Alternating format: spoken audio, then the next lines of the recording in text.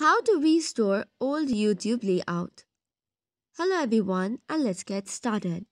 Do you wish to change your YouTube layout to the previous version or restore the previous layout? If so, you do not have to worry. On today's video, we will discuss how can we get back the old YouTube's layout. To get started with, open your any browser.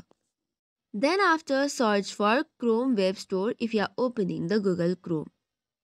Once you open the Chrome Web Store, you have to search for YouTube Redux on the search bar.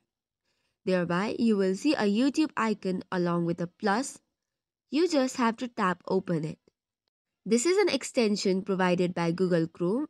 If you add it to the Chrome, you will see the interface of the YouTube as it was before, which means that you have successfully changed the YouTube's layout.